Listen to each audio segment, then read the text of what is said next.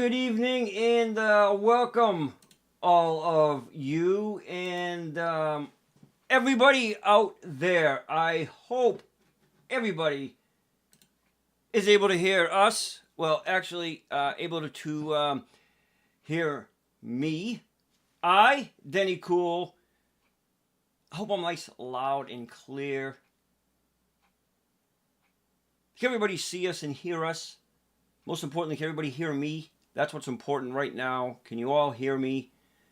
Because I hope so. Let me see. All right, thank you. Thank you. Loud and clear. All right, that's what I like to hear. Thank you very much, Bill. I appreciate that. So long as I'm hurt. Yeah, well, Lois, I mean, you know, I love the cabin I'm in, too. I made Eric stay home this time. I didn't want to snuggle up to him in a cabin. It got kind of cozy the last time. And speaking about Eric, by the way, Eric's tag name, which will be announced, or actually on the banner moving forward, Eric is now, because he is a professor, so Eric is the professor. So when you see the professor, you can refer that now to Eric. Eric, the professor. Here he is, ladies and gentlemen. Eric, welcome. Thank you so much for joining. Hope you're having an awesome evening. Can't hear you, bud. Let me see. I was thinking, as you know, as I was going through my business today, I teach 2 classes, and I was thinking, I can't believe that it's actually Friday already, and it's time for another amazing show with Eric and Donnie. So welcome to the Eric and Donnie show. It's going to be great. And he starts already.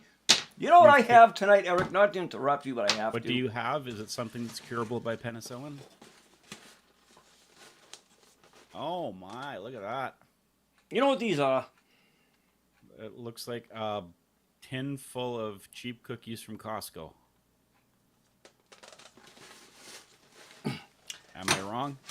These were, because they're pretty much divulged. Well, I can't divulge where I got them. It was a good friend that sent them to me. John, thank you. But big. Oh, well, if John sent them to you already, my estimation of the quality has gone up considerably. So they're from the Wisconsin Cheese Man. Well, there you go. So. They're delicious. They are superb. There's a lot of cookies in here, Eric. So it's going to take me a while to chew through them all. Nonetheless, well, you know, I'm sorry to cut you off, Professor. Oh, Eric, what does he teach? Professor of what? Good question. I teach with the Faculty of Community and Health Studies at Centennial College in Toronto, Canada. And I teach academic research, scholarly writing, and anatomy and physiology. Well, there you have it, ladies and gentlemen. I actually, somebody stole our anatomical skeleton, so I got Denny to send me a picture of him naked, just wearing his tighty whities. That's right. It was pretty close to that original skeleton. I don't even think the students noticed the difference. It was. So thank you for that, Denny. You're welcome. Hairless wonder. It was so in close proximity that the college called me up and wanted me to do one of those art sculptures of my bones. Did they? Said, look at you, thinly muscled, scoped man. You can we manicure you out of clay? And you know what I responded to them, Eric? What did you say, Denny? I said I'm not for sale. And how dare they treat me like a sex symbol? How dare they do that to me? You know, and how surprising that anybody would think of you as a sex symbol. But you know, I guess there's people out there for everybody. Nude, Lewis, yeah. Nude sketching. No, Eric was making a joke about some skeleton. He teaches all about the human anatomy and everything. So his college, somebody stole their bone anatomy, whatever you want to call that thing. And so he refers to me as, obviously I'm thin, right? But handsomely built and muscular everywhere. But he leaves that part out. But anyways, yeah, that's what we were referring to. They want to sculpt me out of mold, Lois. Mold? Mold. Clay. Oh, mold me out of clay. I Sculpt, thought yeah, you said out of sculpt me out of mold, mold. and oddly enough, mold that and seemed to work. mold and moss. Denny is so skinny. He has to run around in the shower to get wet. That's how skinny Denny is. No, listen. When I go in a tunnel, dude, I just crawl through a straw. But did you not disclose to us last time, Denny, that you've got a fear of tunnels that my psychotherapist friend really wants to talk to you about? Well, What kind of tunnels, Denny, are you afraid of? Can you tell us a little more about that? I can't. I'm afraid to talk about it. Did you have a bad experience with a tunnel at some did. point in your... Matter of fact, I did. All right. I had a real bad experience about it. That's why I'm afraid to talk about it. I That, know. elevators, bridges. Yeah. You know, I'll hook you up with therapy. You know, I've got access. So That's right. See, John, buddy has muscles. Thank you, John. well, we're not talking about what he had for lunch Lois. that day, John. I didn't know, Lois. That was the microphone glitching. I did say Lois. You heard Lewis because there was a microphone glitch. I did, and I had cookie in my mouth. I did say Lois. If I didn't, Lois, I do apologize.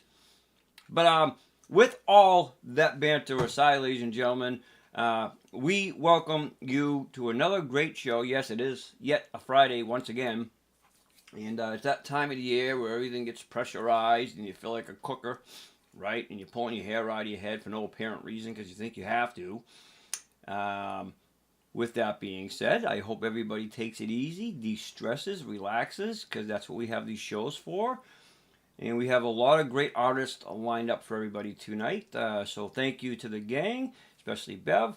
A lot of hard work. A lot of new artists tonight, Eric. Mm-hmm. We've got some great lineups certainly today. I think everyone's going to be really impressed with the quality of what they're going to hear. And I think that we have maybe fixed a few of the minor audio issues we had last time. So it's going to be a great show. I just wanted to answer Bev's question. Bev is wondering why I have a psychotherapist. Now, Bev. Yeah, we don't have enough time on the show to right explain now. that. I want you to look at me on your screen right now, and then I want you to look to the right very carefully. And you really don't need to ask me why I have a psychotherapist if you can see the reason to the right. So, You know these have jelly in them? I'm glad you're enjoying them, Denny. They look great. I'll be watching the mail for my cookies, John. So now that I know you're handing out cookies like cookies.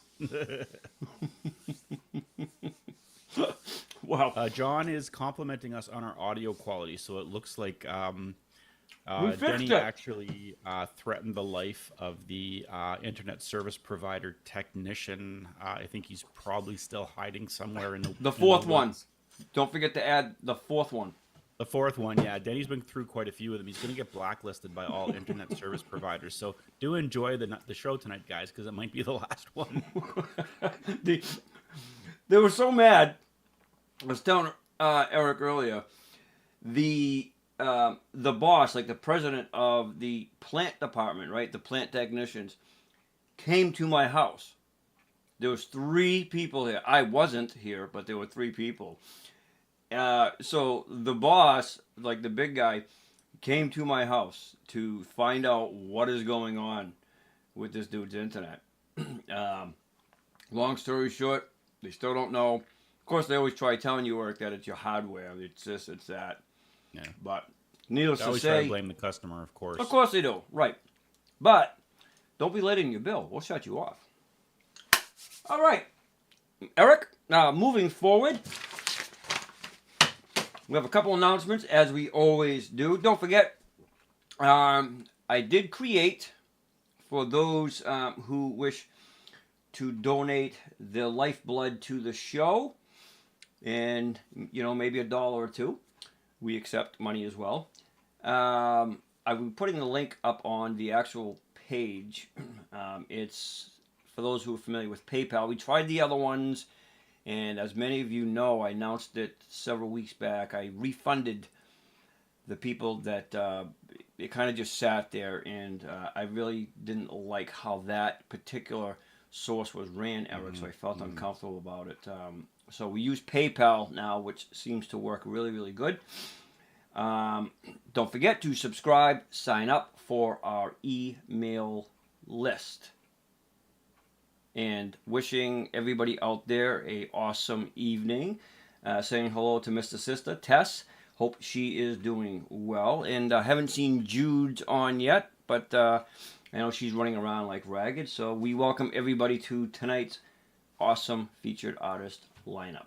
And I think Eric will kick it off. Wait a minute, is my favorite wonder from down under here tonight? Is Tess actually here? I don't think she is. Oh, that's a shame. It's always such a lovelier show when I know Tess is around. She just elevates us to a certain level of dignity and professionalism. I think I have cookies in here that do have chocolate on them. You can put it on your nose. But Eric's going to announce to kick it off with the first artist. And of course, as Eric always does, he's going to give you some boring facts about the songs and about the artist and all these fun facts that really you don't need or care to know. But Eric will share that with you. So we can get started. Well, you know, based on the emails that I've received, Denny, I think some people kind of like it. But this is a really neat song. Etta James was an outstanding vocalist. She had such control over her singing apparatus. Unfortunately, she had no control whatsoever over her mouth. And throughout her entire career, she got into a lot of trouble for saying probably what she was thinking, but probably that should have just stayed in her brain and not launched out of her mouth. Most recently, she was asked to sing. Oh, when she first met Obama, not too long into his administration, he attempted to make some pleasantries with her as the camera was rolling, and she informed him that you may be everybody else's president, but you are not my president, and turned around and walked away. So, Really?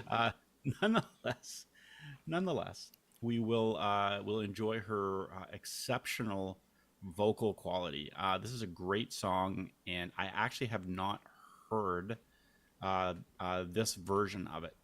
But I know it's such a lovely song. I think we're in for a treat.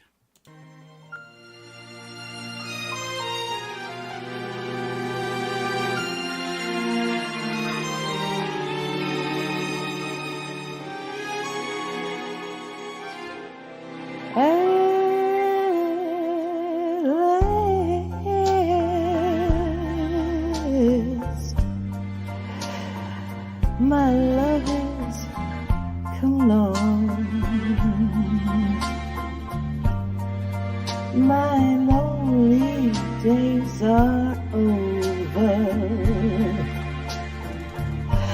and life is like a song.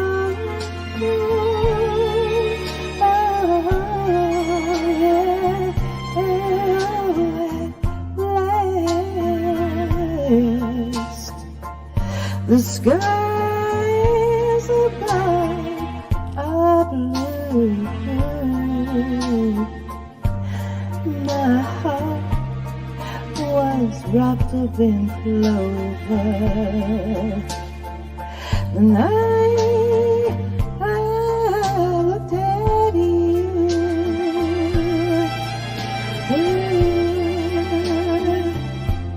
I found a dream that I could speak to, and dream that I can call my own. I found a thrill to press my cheek to, a thrill that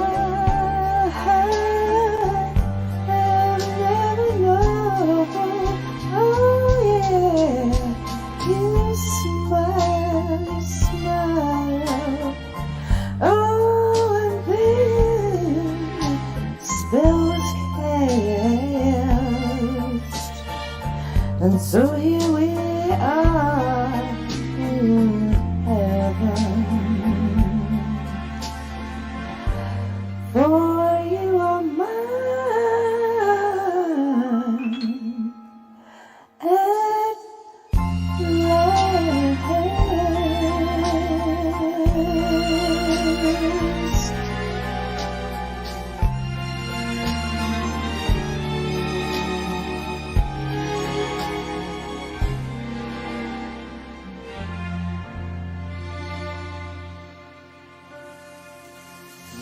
ladies and gentlemen, there she is at last.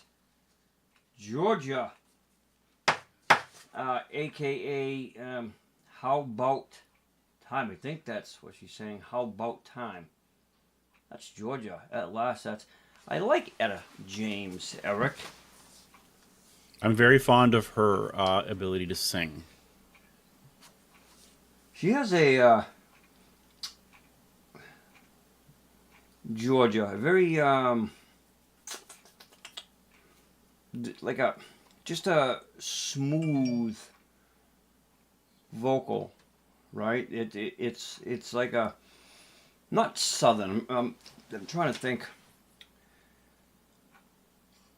Well, I think it's appropriate to the instrumentation. I think that she Yeah. did a Oh, great 100%. No, she of supporting that's a the good score with- song for her right there. Yeah, yeah. 100% a good song for her, but very smooth. Georgia, good. Georgie, I apologize. Great job on that. Really nice So job. that Etta James album that was entitled Etta James at Last only reached it only reached about 12 on the Billboard top list, but it was listed as one of the 500 greatest albums of all time by Rolling Stone. Now, Rolling Stone is really interesting because they don't necessarily base the quality of an album on the sales. They base it on instrumentation and vocalization and all that kind of stuff.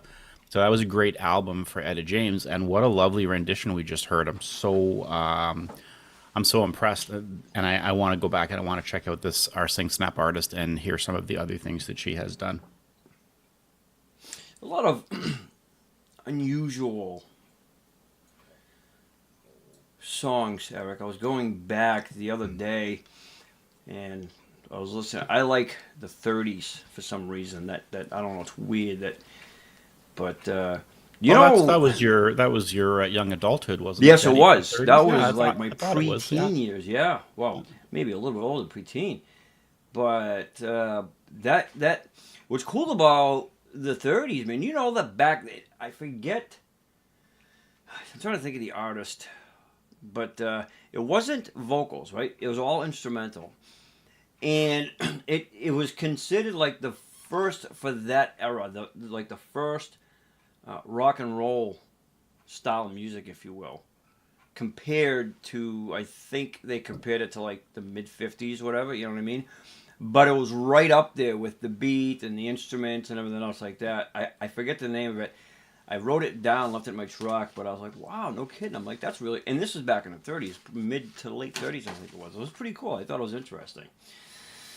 Well, I heard those wax cylinders were very expensive, Denny. Is that true? Like you had to buy a big wax cylinder in order to listen to music on? Was that... Do you remember back that far back? Yeah, the Victrolas, yeah. Yep. That's what I thought. Well, back then, you know, the wheat pennies... They were just barely scratching the hay market at the time. So we had to do a lot of pressing. You know, we used papaya, as a matter of fact. You know, papaya was our choice for paper. We didn't have paper, we used papaya.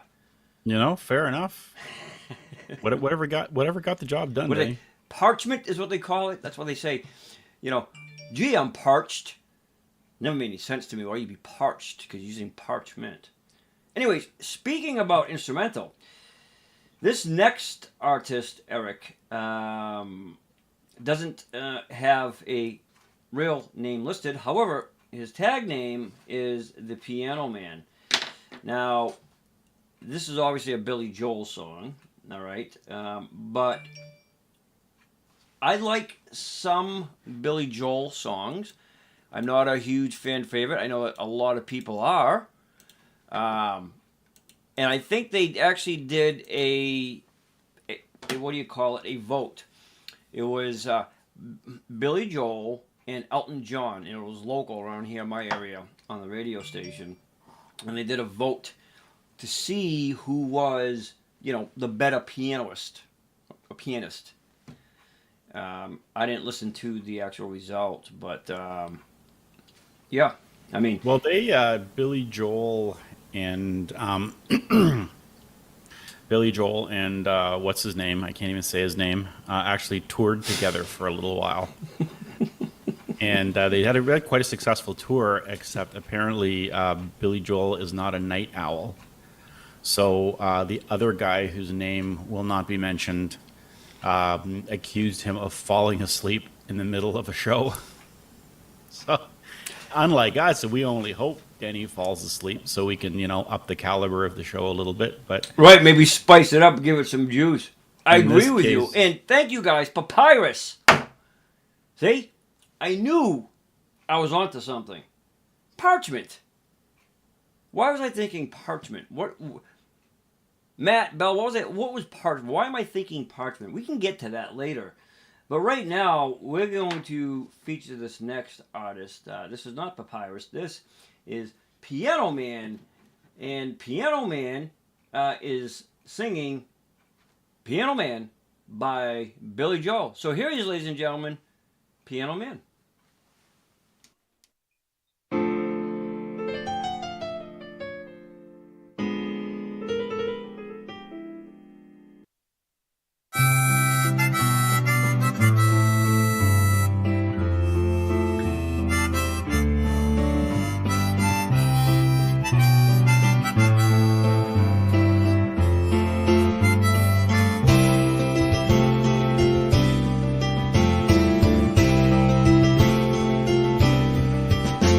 It's 9 o'clock on a Saturday.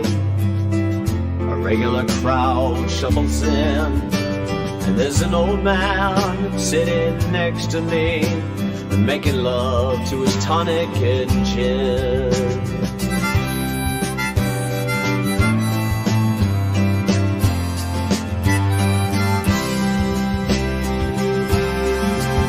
He said, "Son, can you play me a memory? I'm not really sure how it goes, but it's sad and it's sweet, and I knew it's complete when I wore a younger man's clothes." Oh, da-di-da-di-da-da, la la la la la.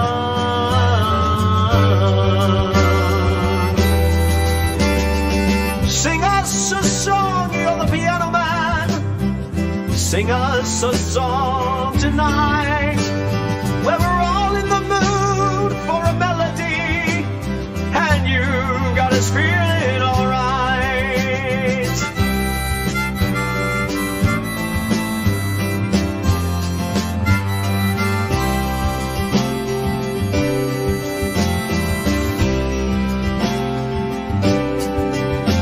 Now John at the bar is a friend of mine.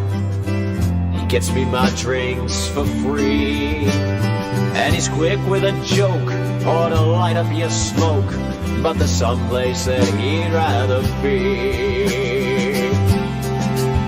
He said, "Phil, I believe this is killing me," as the smile ran away from his face.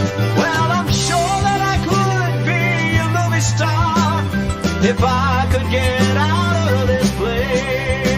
So la da da di di da da, la la di di da."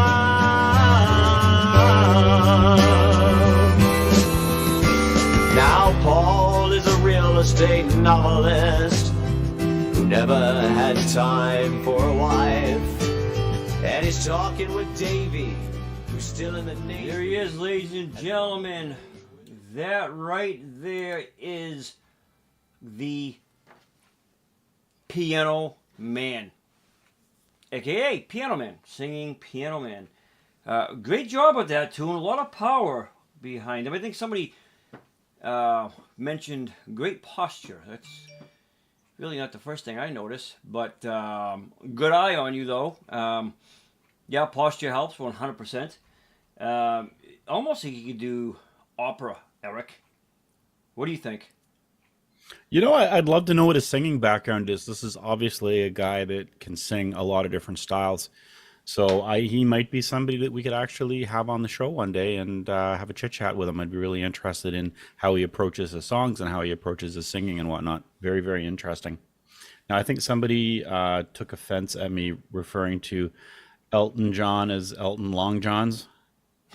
And You don't like Elton John, do you? You know, I don't dislike him. I'm just not all that jacked up about him. You know, he got his him and Elvis mainly mimicked the Liberace attire. Oh. Yes. What Matter of fact, does this have to do with Elton John, Denny? has everything to do with Elton John because Long John, Elton John, when Liberace, you know, he was famous for his glitz, his glamour, his bling, right? They didn't refer to it as bling back then. But Elton John, Liberace, Elvis, matter of fact, mimicked that, and then Elton John mimicked a lot of Elvis's costume. Oh, okay. Yeah. I didn't know that. Back. Is this a real fact or is this a Denny fact? This is a Denny fact. These things that come out of my mouth, you have to decipher what's factual. You ever watch that show, Snake Oil? No? Okay. Well, I can't say I have, but you know, I would watch it just for some insight into the inner workings of Denny's mind. that's going to take a lot. Okay, you have to watch a lot of programming for that, Eric. Well, you didn't ask what I'm doing my PhD on, did you? If you're doing a PhD on me, you know, as I said, for intelligence, intellect, and Denlish, I have a study. It is free to attend for all. All right, if you'd like to learn more about Denlish, please log on to denlish.com. And there you can actually take one-on-one lessons by moi. Did you copyright that that web address? Imagine that. Having a site called denlish.com. Somebody logs on. They're like, what? I can only imagine, because we have the speech texting on here, right? What's it called? Captions or something? Yeah. Yeah, okay. I tried watching it one day, and I knew the captions was even scratching their head, going, what is this guy talking about? We can't, this isn't even, what language is this guy speaking? Captions even sent me an email saying, can you please explain what you're talking about? That's pretty bad. All right. And Denlish strikes again. That's correct. Eric, our next artist, now, I have the privilege of going through, of course, everybody knows this, when I scan through all your videos, make sure there's no dirtiness in there from anybody, nobody's putting anything filthy or piggy-ish, right? So I go through and I process the videos for everybody.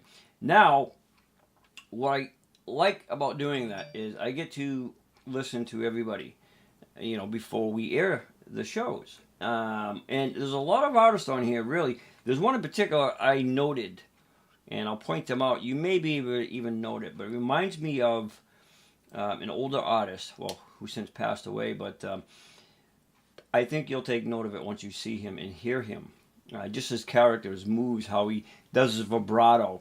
It's pretty unique. Oh, nice. Yeah, it's really, really unique. This song came out in 1959, and it was Steve Lawrence did the first Really? hit of it that actually charted. Yeah, and it was one of those rare songs that made the top of the top 100 in Australia, Canada, and the U.S. I don't know how it charted in the U.K. though, but it was one of those songs that It doesn't matter how it turned out in the UK. It It doesn't really appealed matter how it everywhere. turned out in Canada, to be perfectly honest with you. I think you guys drink way too much syrup out there, man. Like, what's in your syrup in Canada anyways, besides maple? It's just full of Canadian goodness. But you know, I have a confession to make. I have to share something with everybody. A friend of mine gave me a bottle of maple syrup, and I made pancakes the other day, and I thought, ooh, I'll just dig into that amazing bottle of Canadian maple syrup, which is always just that little bit of goodness on your flapjacks or your pancakes. And I did, and I tasted it, and my goodness, it was the best maple syrup that I ever had. And then I grabbed the bottle, and I looked at the bottle, and I was crushed. It came from Vermont. Yeah. So the best maple syrup this Canadian has ever had came from the U.S.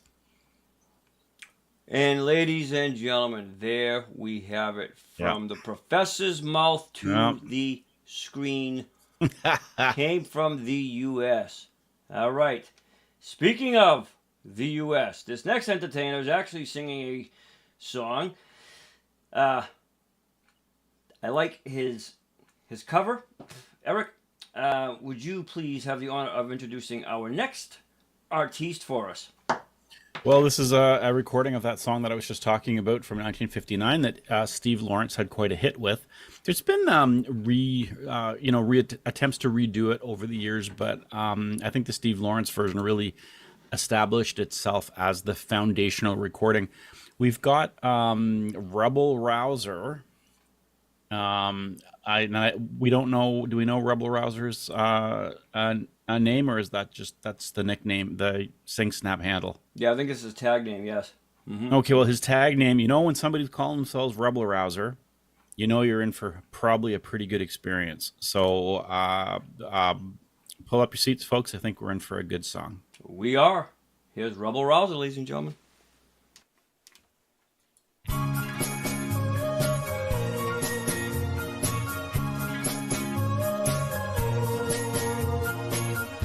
Thought I was in love before, and when you moved in next door with your blue eyes,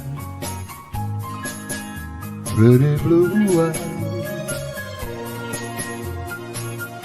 All the guys from the neighborhood keep saying you sure look good with your blue eyes, pretty blue eyes. Saw you from my window, my heart skipped a beat.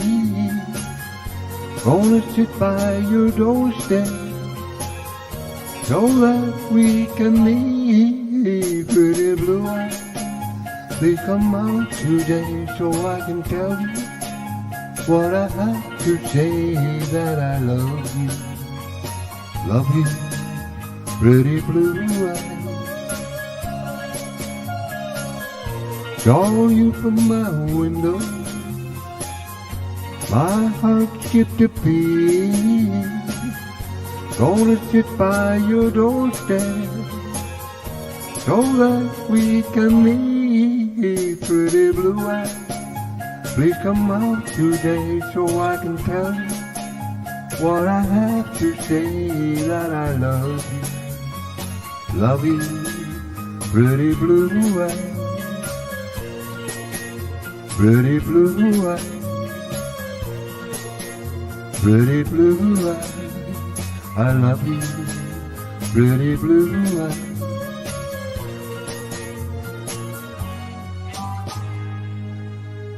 And there he is, ladies and gentlemen. That is Rebel Rouser. Pretty blue eyes. Curry,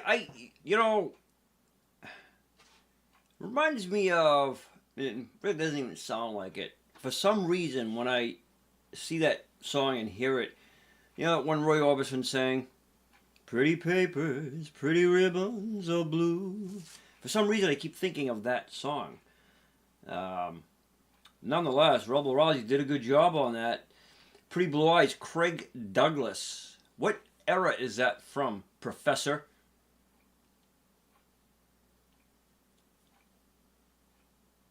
Can't hear you. You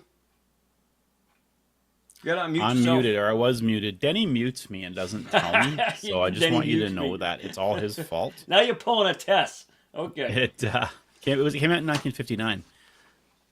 It was what year? 1959. 1959. But you should remember you were well into your 40s at that point, weren't you? Close to it. Close There to you go. it. You should know. You shouldn't have to ask me these things, Denny. You should just know it. Those were some good years, the 50s. Yeah, I don't Did you know if ever- they were good years or not. I mean, you guys I'm not so ever, sure you they know, were good years. every generation, I would imagine, right, says the same thing. Boy, times have changed. Which, indeed, a lot has.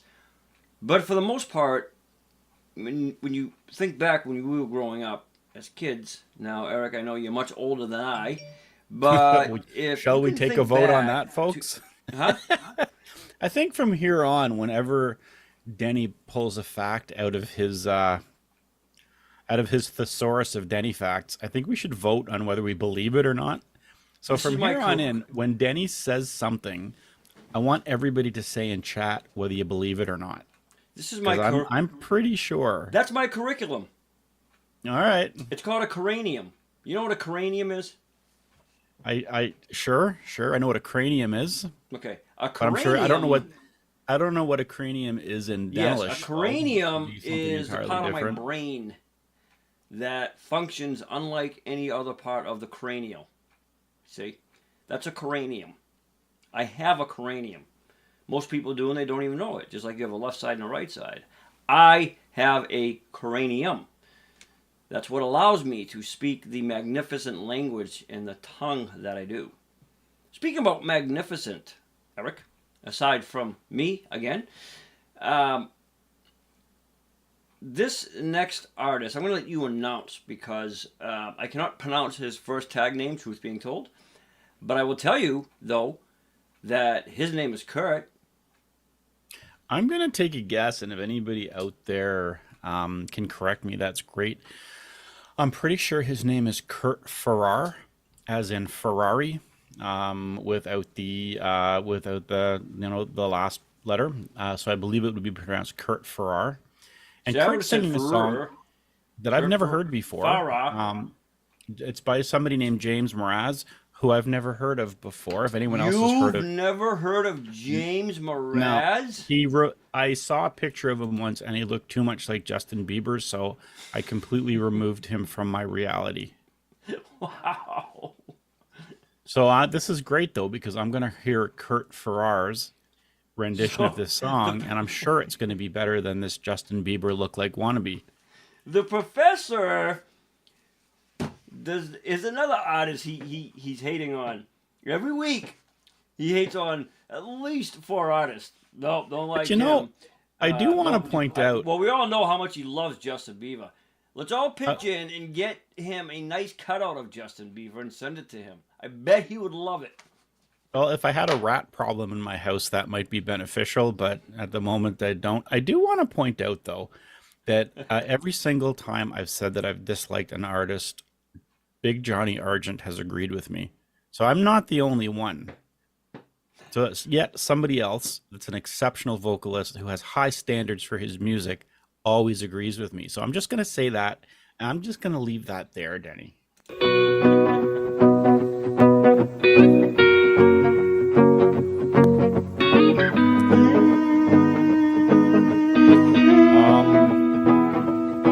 Well, you done me and you bet I felt it. I tried to reach you, but you said that I melted. Fell right through the cracks.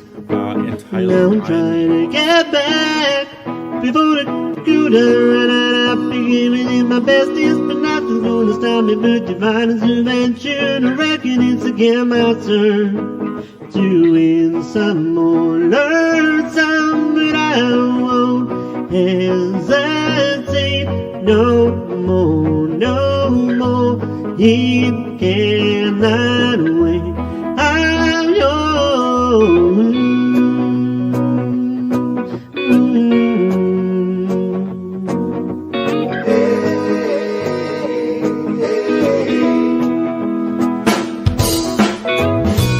Open up your mind and see like me. Open up your plans and damn you're free. Look into your heart and you'll find love, love, love, love. Listen to the music of the moment, people dance and sing. With just one big family, and it's our God forsaken right to be loved, love, love, love, love. So I won't hesitate no more, no more. He cannot wait. I'm sure there's no need to complicate. Our time is short. This is our fate. I'm yours. Won't you come on over? Scoot on over closer, dear. Now I'm evil you eat. Dipper, dipper, dipper, down. Whoa.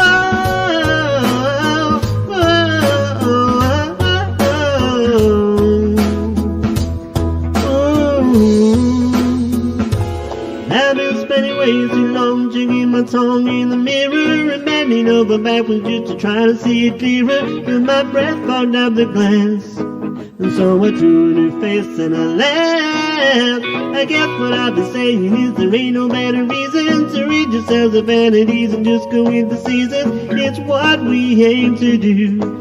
Our name is our virtue, but I won't hesitate no more, no more. It cannot wait. I'm yours. Well, open up your mind and see. There he is, ladies and gentlemen, right there. Wow. You remember that song now, Eric? Mr. Hot Mike?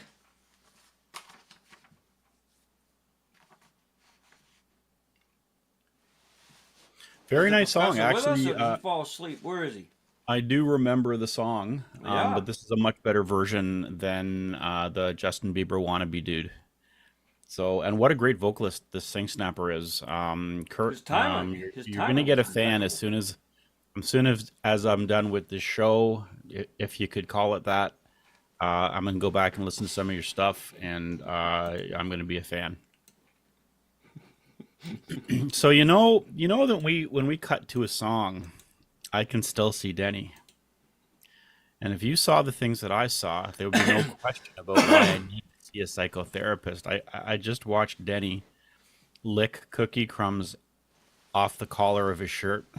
And what a blessing that is for the professor to see me, not only throughout the show, but during the song plays too. He gets to really look at me in depth. And I think that really says a lot about the professor's character, because it's more on a personal level. And he stares intently. So his stare to me isn't what the stare is to you guys. When we're behind the scenes, folks, I gotta tell you something. Denny Cool's not feeling so cool. I get a little nervous and hot. That's why I'm always taking my shirts off all the time. But it's done in good fun, and I accommodate as I always do. Well, as you know, the FBI is requiring me to profile Denny. So if you do see me taking notes during the show, it's intended for national security, folks. So your safety is my top priority. And Eric, speaking of, before I forget here, that James Mraz, he did another song that I know you would know, because I know you're not familiar with that particular artist, right? But while this Singsnap artist That was particular singing, what did you call him? who? What did you call him? That particular what? Artist, And there's an R in artist, for the rest of us. Yeah, that's what I said. Artist. Artist? Yeah. So James Mraz, This is deadly. sang another song. I can't think of a name of it, but I can think of a beat in my head, and I know if I said it and hummed it, you would know exactly what I'm talking about. But that one. But somebody else made that popular, though. It wasn't him, and I'm trying to think of that artist. I will get back to my thought of training. Before we do that, Eric, let's announce our next artiste, if you wouldn't mind, please. I'm sure Eric has some beautiful history, ladies and gentlemen, boys and girls, to share with you on this next featured artist song. So our next artist is actually singing a song that I originally heard in Italian. She had taken when the song was released in North America, it was actually based on an Italian song. And I think the Italian song was entitled L'amore esiste or something like this, but it translates into Love Exists. So they did actually keep the title. It was such a hit in Europe in around 2014, 2015 that Amy Lee did her own version of it, which actually may have had better instrumentation than the original did. Now, those of us in North America, our tastes for instrumentation is a little bit more vivid and a bit more dynamic than our European friends, which is an interesting thing about why some songs are successful here versus there, or vice versa. So Amy Lee had quite a hit with this, although it didn't quite chart as impressively as I thought that it might. We are very lucky here. We are hearing Holy Blessings, Lisa, and Lisa's going to be sharing her rendition of this lovely song.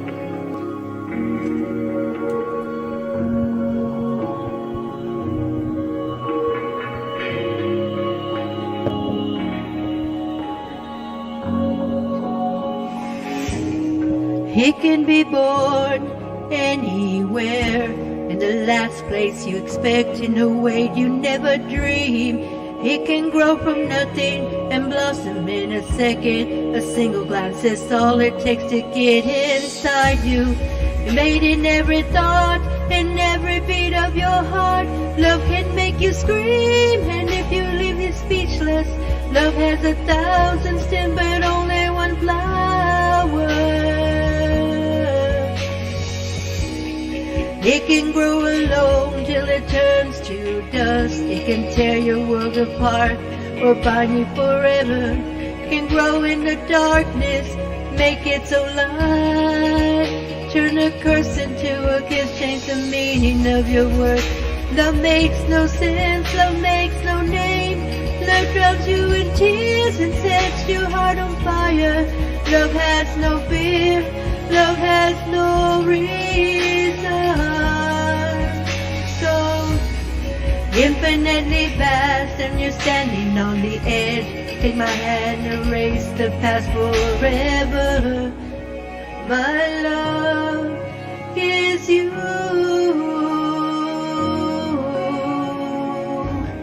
My love, you are.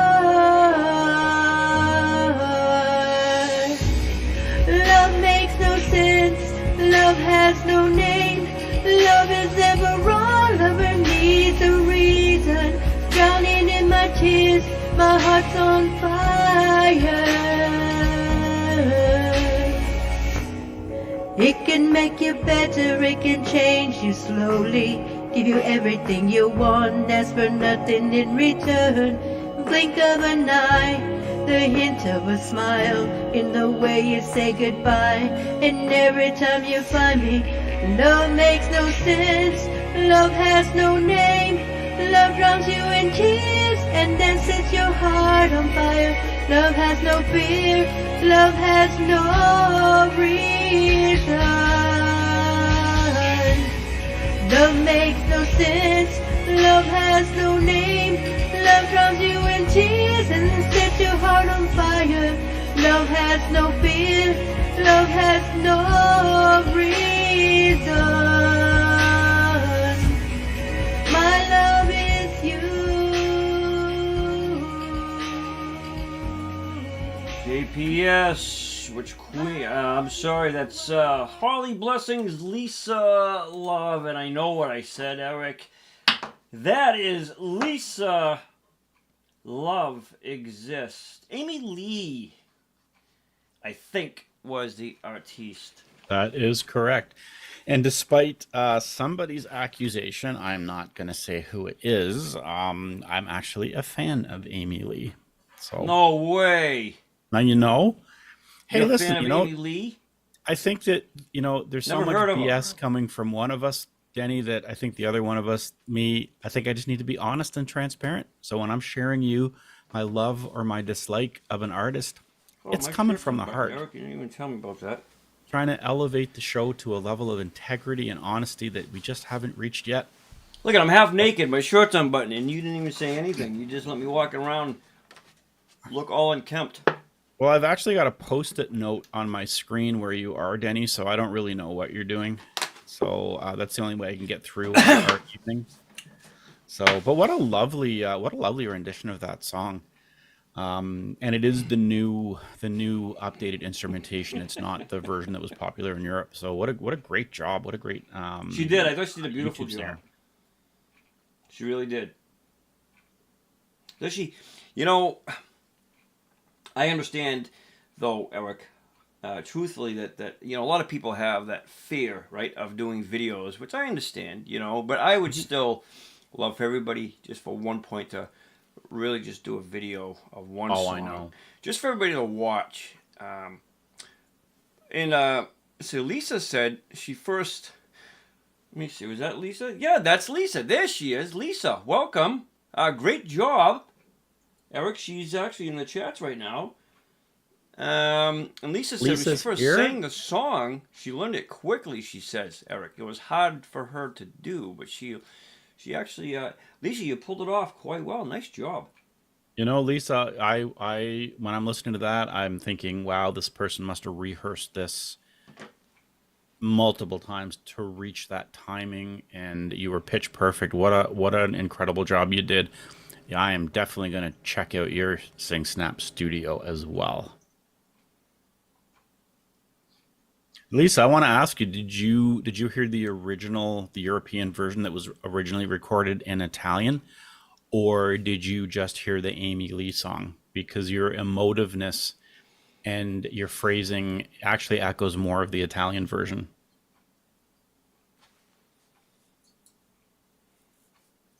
And we talked about the video. We talked about doing the video. I really like seeing that singer, and I really like to see their facial expressions, and I really like to I like to see how excited they are about singing the song. So, if you can do a video, try it and do it. What have you got to lose? And We're all friends agree here. with Connie. Every once in a while, it'd be nice to, see the expressions. And I, for once, will actually kind of power on the side with Eric's nonchalant opinion over there that it is nice circle to this see. day in the calendar. Jeez. Excuse me, I choked on my water. It is nice, though, to see the expressions, the eye movements, and stuff like that. Especially when somebody's doing a funny song. Bill, I wish you would have done... I think Bartlett is featured in here, B2. But Bill, I really wish you would have done a video of yourself. But I'm not going to give your song away, but I really wish, man, you would have done a video of that, kind of acting it out. I thought that would have been cool. I love your song, though, but I wish you would have done a video with it. Anywho, Lisa, nice job. Very nice. Okay, our next featured artist, and Eric. That's interesting how when Denny relies on facts, he just turns it right over to me, huh? I just want to share that observation with some folks. And actually, Denny, I've got a question for you. Yes. Now, my psychotherapist recommended this support group that meets once a week online. And the support group is made up entirely of people who have survived co-hosting with Denny. I've heard of that. So we meet once a week. There's always a lot of tears. We try to support each other through a therapy process. But we realized that of all of us in the group, there were a bunch of Canadians, more than a few Australians. There was a Kiwi, New Zealander in there, quite a few people from the UK. We realized that there was not one single American in the group. So we want to know, what did you actually do to upset every single one of your countrymen so that none of them would co-host with you? Why is it, Denny, that you have to scrape the bottom of the barrel internationally to get us to co-host? Because good question. I will answer it after we feature this next artist, Canoe Karaoke, aka Linda, and Pitchman 3, Lois, Linda, and Mark. No, I don't. I think singing. Denny. Let me just hold you up there, Denny. You had a bit too much of that swig of that water that you're drinking. We're actually going to be, the very next song is a redo of an old Redbone hit from the early 70s. Oh, you are right. That's up in the queue. It just kills Denny to say that. JPS. It just kills him to say that I'm right. JPS. Redbone was a really great group, and they never quite hit their stride. They never quite got the attention that they should. This is The Witch Queen of New Orleans. It's a fantastic song. I have not listened to this Singsnappers version of it, so I'm really looking forward to see what they do with this incredible old song. Take it away. And I got to say, I'm pretty impressed because the members as well caught that too. So good on you guys. You guys are actually all calling me out on that. So good eyes, guys.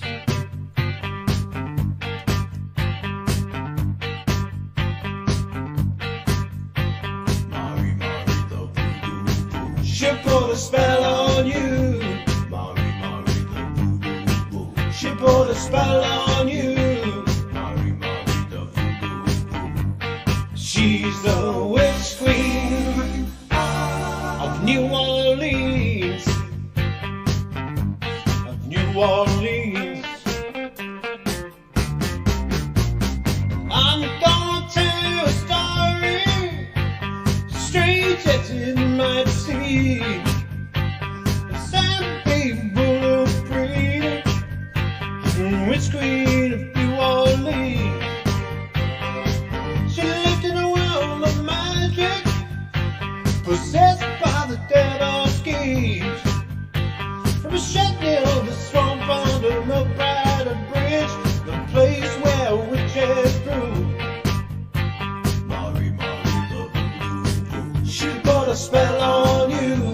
Mari, Mari, the voodoo. She put a spell on you. Mari, Mari, the voodoo. She's the witch queen of New Orleans. Of New Orleans. Come on, with nickel, anyone could buy voodoo of any kind. She had on shoes and new shoes from Tara Lee, guaranteed to blow your mind. Early one morning, the murky swam to a Mary with hated eyes. She'll never return to the cage that's new. Oh, if we live or die. Mari, Mari, the voodoo. She'll put a spell on you. Mari, Mari, the voodoo. She'll put a spell on you. Mari, Mari, the voodoo. She's the witch queen of New Orleans. New Orleans.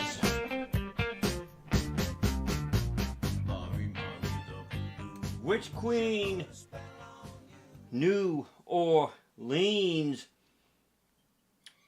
JPS. I was thinking the same thing, Connie. I was thinking of Witchy Woman because there's definitely elements of that there. But there were, at that point in time, a lot of the songs that charted had a supernatural element to it. So there was a lot of supernatural curiosity. It was also the time that blazing idiot Uri Geller was trying to convince everybody that he had psychic powers, and he was trying to fleece everybody for donations and whatnot. So that was a time when everybody was really fascinated. What a lovely version of that. Wow. Incredible vocals. You know, I really appreciate great vocals, and I appreciate, hitting the pitch. But I think the thing that impresses me the most is timing. Yes. And it impresses me because I always have a challenge with it.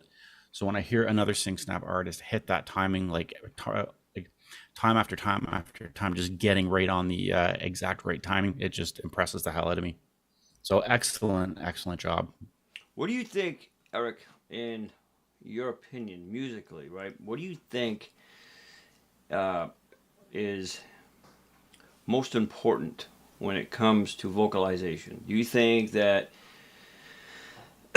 timing, right, as you just mentioned, do you think the timing is more crucial than the note? You know what I think, Denny? I think I'm wondering why you're trying to divert us all from answering the question you're supposed to answer now. I don't know which question that was. You've forgotten already, have you? Oh, poor little fella. You know, I told you I was at the support group, and, we noticed that all of your co-hosts were not Americans, and we were wondering how you managed to piss off an entire country that you couldn't get one of your countrymen to co-host with you. That's so weird. I don't recall you asking me that question. We do have another feature artist coming up, so that we don't ignore these fine people waiting on standby. And I will get to that question right after we feature these next wonderful people. I'm trying to think of an answer that won't incriminate me by means of, I guess. So I want to do a survey before we launch into this next song. I want to know. I can never really decide if Denny would be great to play poker with and I'd win a lot of money, or I would play poker with Denny and I would lose it all. What do you guys think? If Denny and I were playing poker, which one of us would lose all of our money? I'm not sure. I'm never really sure. What do you guys think about that? You would definitely win a lot of money. And my, I agree that it is tricky, right? And I know Eric was ignoring that tough yet but sticky, tricky question. I think it is difficult, right, to kind of say one is more important than the other. And if I were asked that very important question, like he was, my answer, of course, would be that. I would say in reply to the person asking, I would say, person asking me, here is my answer, that there really is no one important than the other. I think that the note and the timing go hand in hand. But, Eric, if I did have to choose, I would have to go with, personally, the note. Oh, that's interesting. See, I think whatever you're going to clue into when you're listening to another artist is the thing that you're most challenged with yourself. So for me, it's timing. I always clue in when I see another Singsnap artist. And as much as I hate to say anything nice about Denny in a public setting, his recordings are always, the timing is always impeccable. And Big Johnny Argent is another one that has exceptional timing. And I'll listen to them, and they both really piss me off because if I don't concentrate really hard, then my timing is all over the place. So, but you're right. It takes some kind of a combination of all of those elements. But the thing that really brings it home for me, and we talked about this last week, even if that person's not the best singer in the world, if I can see somebody and they're having a good time singing that song, it completely eclipses everything. Their timing might not be perfect.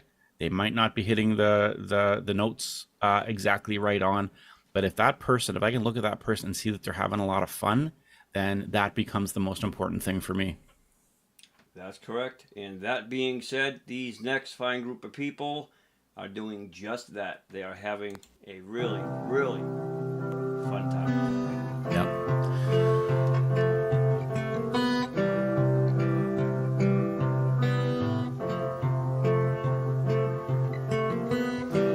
Imagine there is no heaven. It's easy if you try. No hell below us, above us on the sky. Imagine all the people living for today. Imagine there's no countries. It's hard to do. Nothing to kill or die for. No religion too. Imagine all the people living life in peace. You may say I'm a dreamer, but I'm not the only one. I hope someday you will join us, and the world will be as one. Imagine no possessions. I wonder if you can. No need for greed or hunger. Brother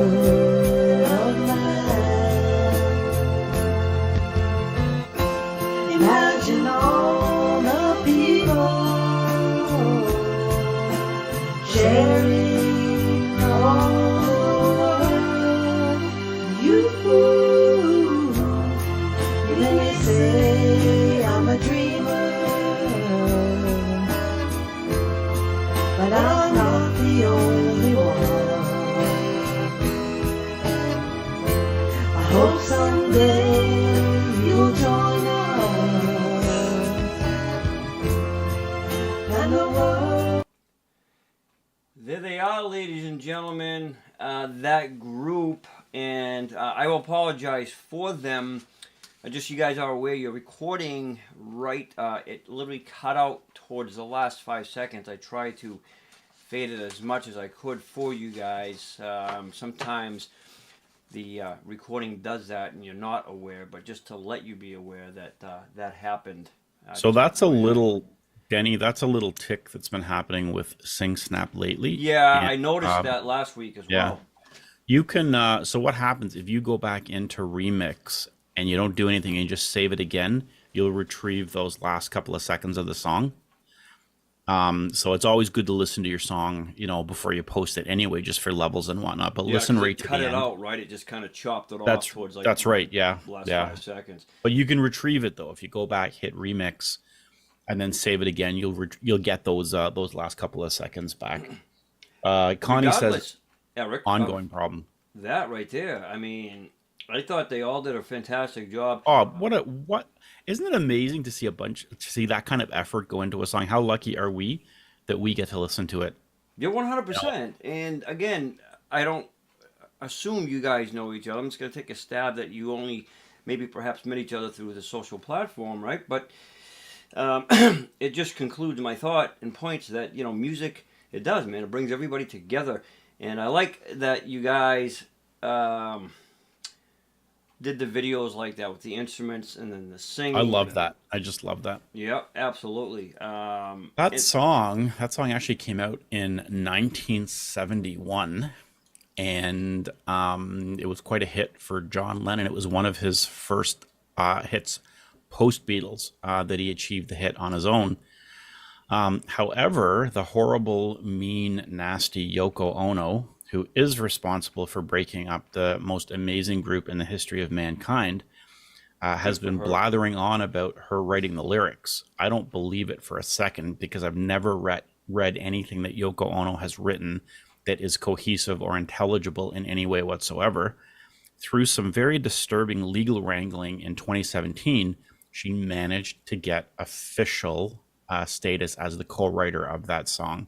So I personally have boycotted the John Lennon version ever since 2017, but I love the version. So this is now, what we heard is now going to become my go-to version of that particular song, because I refuse now to listen to the John Lennon version because it has been so tainted by horrible Yoko Ono. So if you're ever in doubt of how I feel about Yoko Ono, there it is. I love the Beatles, Connie. I love them to death. I think they were the best group that ever existed until Yoko came along and screwed it all up. I actually have a Beatles clock, and I do have a couple of Beatles albums. One is a stencil drawing. I found it at a yard sale. Apparently, it was very important to that person, so they sold it to me for 50 cents. And then there was another poster that I bought for $1. It's nice because it hangs in my studio. That's about as far as I go with the Beatles.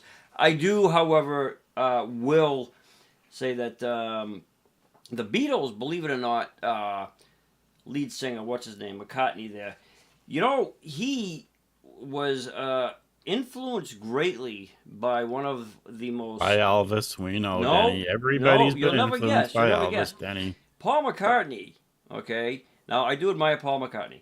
But one of the bands I cannot stomach, they were a West Coast band, okay? The Boys of Many Beaches, that in my opinion couldn't hold a note if you paid them. Anyways, Paul McCartney once said that, what's his name of the lead Beach Boys there? What's his name? Freddie Mercury or John, whatever his name is? He said, whatever his name is, that he was one of the most talented songwriters, Eric, ever. And I guess when you think about the songwriting, yeah. But those guys, in my opinion, and please don't get mad at me, everybody, don't throw hate mail at me, but I don't think the Beach Boys really did a great job, man, with harmonizing. Like, you know what I mean? What was his name? Freddie what? What was his name? What was his name? Brian Wilson. Freddie Wilson, thank you. Brian Wilson. Brian Wilson. Same. See, he was that good, I can't even remember him. I just don't think that they did a great job, Eric, in harmonizing. Now the Beatles, 100%. I give them that. Ringo, Paul, John, you know, the other one. I think they did great. But Beach Boys, no. And speaking of doing great... I have to disagree with you, actually. Really? You really thought the Beach Boys could harmonize? Beach Boys were much more of a niche band. I think that they had restricted themselves by calling themselves the Beach Boys. But I think that in many ways, they were probably, of that era, they were probably the best harmonizers. Let's do a vote, guys. There's 21 of us here. Let's vote. Yes or no. Put it in chat. Yes or no. Let me see a vote. The Beach Boys were accomplished at harmonizing. Yes Brian or no? Wilson, as in the basketball Wilson. Yes. Yeah, that's right. Damn it. Yes. What did I say Freddie Mercury for? Was I looking at something that had Queen related to give me the giggle fits? What? I just recalled me saying Freddie Mercury. I must have been reading something referencing Queen, and it popped out of my head. Brian Wilson, that is correct. Let me see. People say best harmony. Really? I think you lost this one, buddy. Fleetwood's, yeah, I agree. Great harmonics. Oh, you loved the Beach Boys, Lois. I sang at Beach Boys last week. Yeah, Connie, I know you did. Okay, well, I guess you guys' opinions really matter. Not to me, but maybe to somebody who likes the Beach Boys. I want you all to know that your opinions matter. No, I'm only kidding. I honestly don't care for the Beach Boys. I personally, my opinion, don't think they can really sing that great. But, Eric, if you guys like the Beach Boys, then I like the Beach Boys. How's that? You know, after every show, I have to sit on Zoom with Denny for about 45 minutes while he cries his eyes out and rocks back and forth and says, Eric, did they like me? Oh, I hope they like me. I really want them to like me. So it's just a routine thing. So, it is. Yeah, he does care, despite what he says. Reverse psychotherapy. Okay. Our next artiste, Eric, and this is a really cool song here, too. You're going to like this. And this is Johnny D, a.k.a. Johnny. I thought he does a really good job on this song. I do give him a lot of credit. Very tough song to sing, by the by. So, ladies and gentlemen, I'll let you figure out this next song. This is by Johnny D.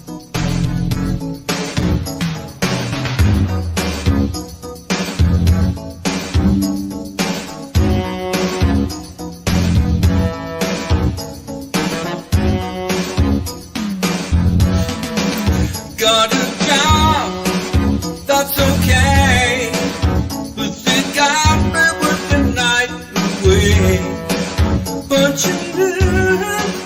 But you know, is this really what life's all about?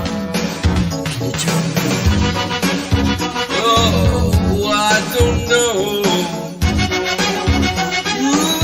Won't someone tell me? There's only one thing left to say. Woo! Say love me. This is the way it goes. That's right.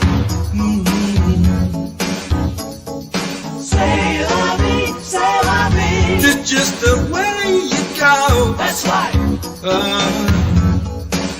Baby's gone all alone. Are you sad because you're on your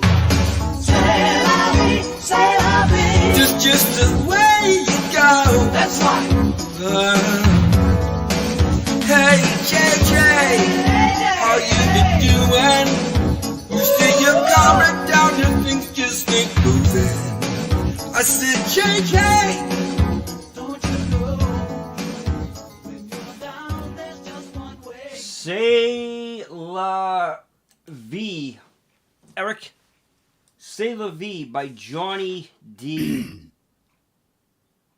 This is a great example of an expert singer who's not battling the soundtrack.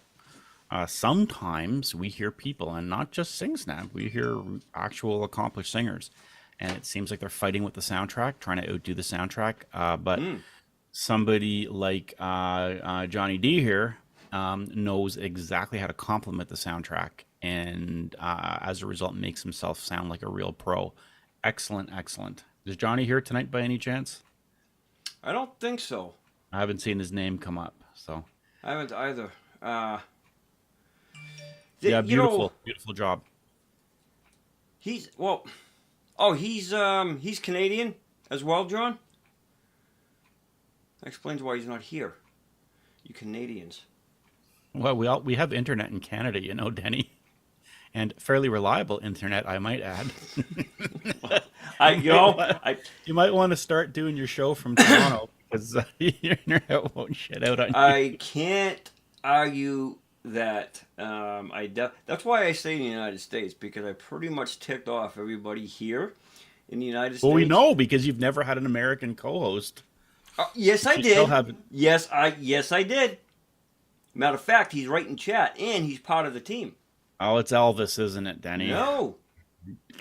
He actually sat in this chair, not this particular chair, because nobody sits in this chair, but he sat in the chair next to me, and we did a live show together. You gonna tell us who it is, or? Well, let me see. He is on the team, and he sat next to me, and he's from the United States. A little game I like to play. It's called Guess Who It Is. That would be Argent, for those of you who are trying to guess so vigorously as to whom I'm talking about. Well, yes, that was John Argent. He came all the way over here. And him and I had a great time. We went out that day for some fish and chips and scallops and all that stuff. And then we did the show that Friday night, Eric. We had a blast. So, yeah, hate to burst your tiny bubble, but he did. He co-hosted with me. We had a great time. Big Johnny Argent, you know about our support group, right? We cry, we support each other, we share our trauma. You're more than welcome to join. I'm sure at this point, even if you only did a few shows, you probably need it. So, you have great internet in your igloo, Linda?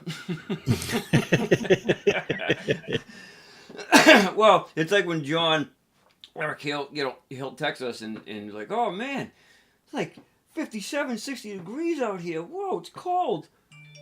Yeah, I'm reading his text. I'm like, are you serious? It's like 23 here. Lois just had the same. Like, woohoo!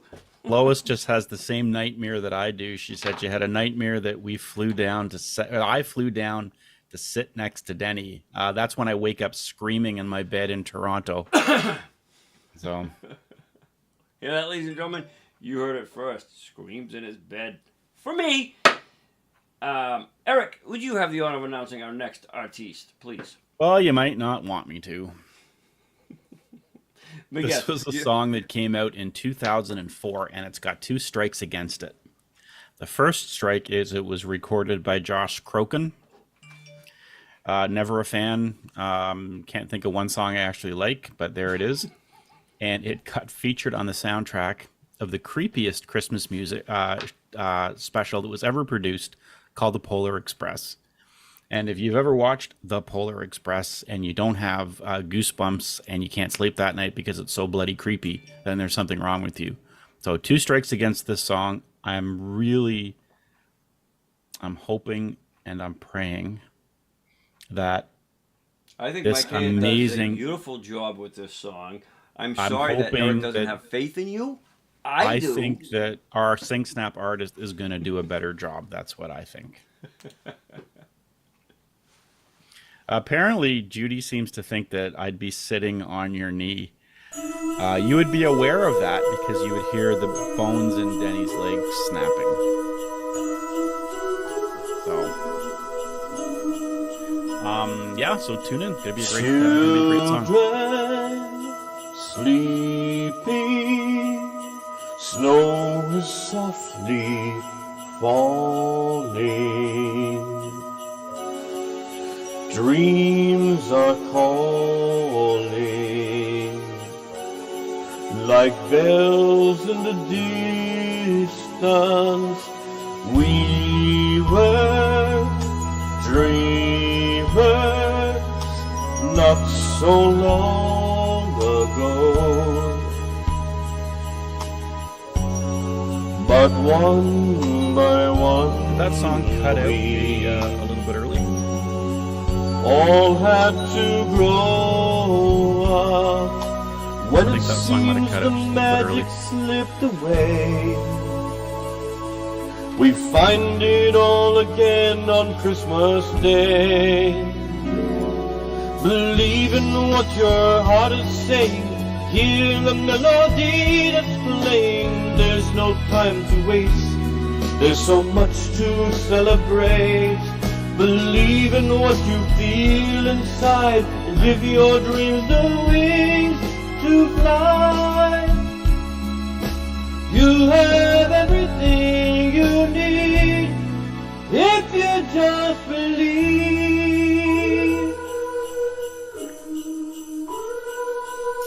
Trains move quickly to the journey's end.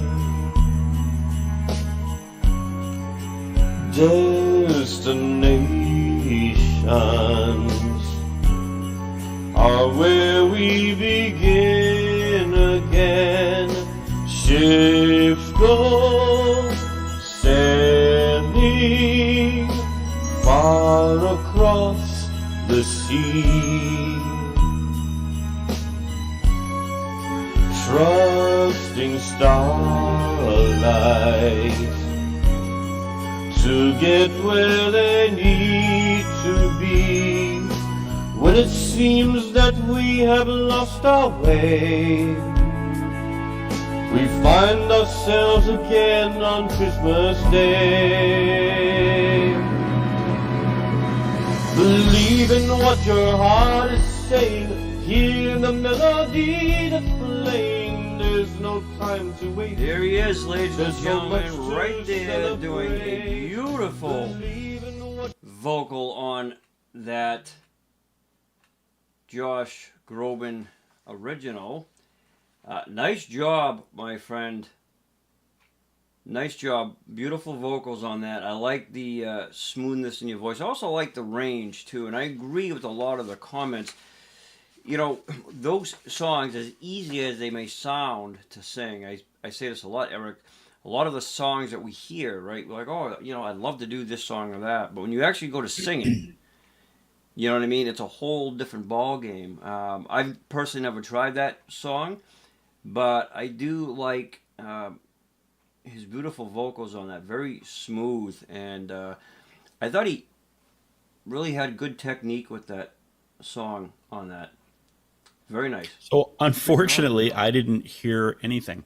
Yeah, I know. Everybody. By the way, for the audience, correct yourselves, because that was not their mics are hot or you two, we can hear you. No, that was Professor. His mic was hot yet again. Not I. I never have a hot mic. So that's twice now. Shame on you, Eric. Beautiful job, my friend. Nice job on that song. I'm gonna have to go back and listen to it, just because my I don't know if it was my internet connection this time or I inherited some virus from Denny, but it completely lagged on me and I only got about the last couple of seconds. That's what happens when you make in front of us Americans. See? Eric, Denny. I have a serious question. I always wondered this. Years ago when I was doing my shows in Canada, right? Why do they refer to you guys as Canucks? It's likely a reference to the Vancouver Canucks, pretty popular hockey team. Okay. Nice and easy answer. Now, Denny, Answer. I don't. Like, what I don't the make. definition. don't of make fun of Canuck? Is Americans. That like caca? Is that like a caca? Like you guys like caca? Is that what No, I'm not Canucks even going is? to answer. I'm not going to dignify that question with a response. But I will say, I would never make fun of Americans. I've spent a good deal of my life in the wonderful U.S. of A. And I'm just making fun of you. I'm like, what is Canucks? Somebody told me I years just ago. told you, you airhead. All right, we have this lighting is not too hot in here tonight. Wynham, let me see. Don't Be Late. This is a Norah Jones. I think this is a Norah Jones original, Eric. I think you're right. I don't know much about it. I do love Norah Jones. I love her vocalizations. I love how she sings. But I'm not familiar with this song, so I'm really looking forward to hearing it. Okay, well, you will be able to hear it right now, ladies and gentlemen. Wynham, here she is.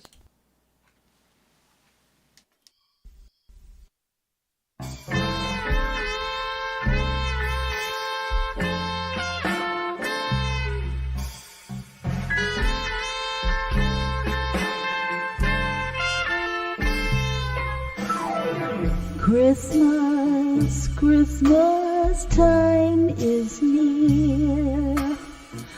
Time for toys and time for cheer.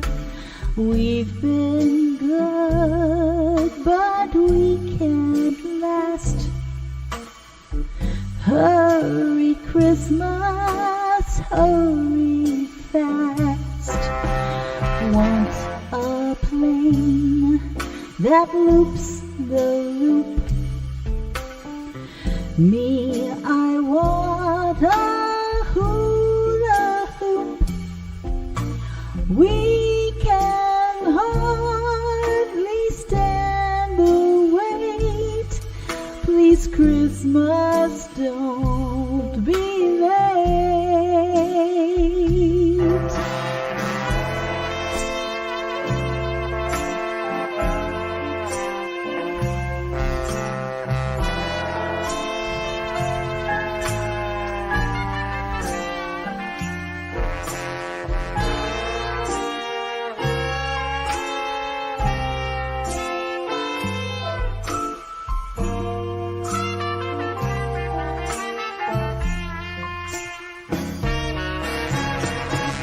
Want a plane that loops the loop.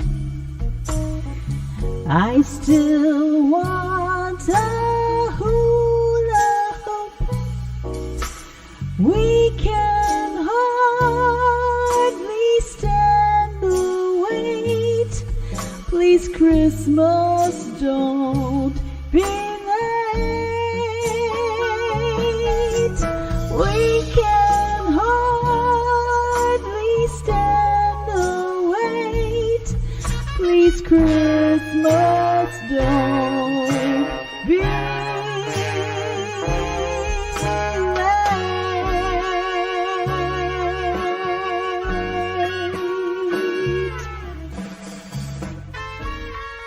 Wow, wow, wow. Now, I heard that song once, but not by an actual artist. It was a movie years ago. But, wow, nice job on that. It's almost, what's the word I'm looking for, Eric? Schmexy? Right? It kind of had that seductive tone to it, like jazzy. The word I would use would be sultry. Sultry, yeah. I have never heard that word that you just made up, Denny. Smexy? Oh, yeah. Smexy? I would say smexy all the way. It's a cross between sexy and sultry. Call it smexy. Sure. You know, and that's a Danish word that I might actually be able to respect.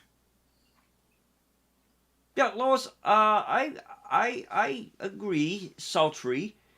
But yeah, very nice, very, very, very beautiful.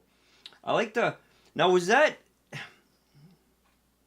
the original, like, is that how Norah Jones recorded that song? Is this an original Norah Jones? I don't think that Norah Jones was the first artist to record it. I'm not 100% sure, though, but the Norah Jones version was, in typical Norah Jones fashion, was very sultry as well. Wow. Very nice. I think this is I think that the version that we just heard was a very much that artist's interpretation of it, and I think it was lovely. You know, the first time I heard that song, you know where it was from? In prison. No, after I got out of prison. Second time I heard that song. This is the honest truth. I didn't want to say it while I was complimenting the artist, but the first time I heard that song, I was a child, and I was watching Alvin and the Chipmunks. Of course. And that's where I heard that song. Yeah. Well, who I had can't commented duplicate Alvin, but that's where I heard it. Who had commented that they couldn't help but hear the Chipmunks version, that high falsetto version of the song. You know, falsetto. Right before we move on to this next artist, right? Falsetto is a funny thing. A lot of people mistake that with what? If somebody's doing falsetto, and say somebody doesn't have a trained ear, what do people usually mistake falsetto with? I don't know. Why don't you enlighten us all? No, I'm asking the audience. I want to see if anybody knows. Anybody know? I want to see if when somebody is singing falsetto, right? What's Or the common... falsetto even? Well, you know, a lot of people say this person's singing flat, they're off key, things of that nature, right? Because falsetto is what?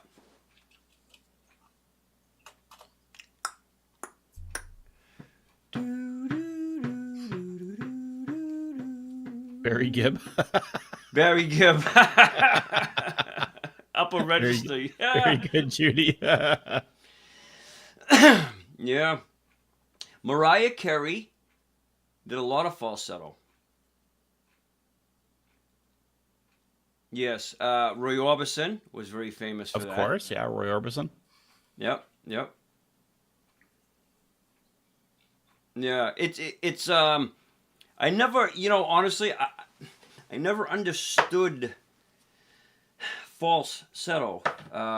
It's a weird, from what I understand, a lot of people just naturally have that, Eric. They can sing falsetto. Like it's just kind of like, their range, right?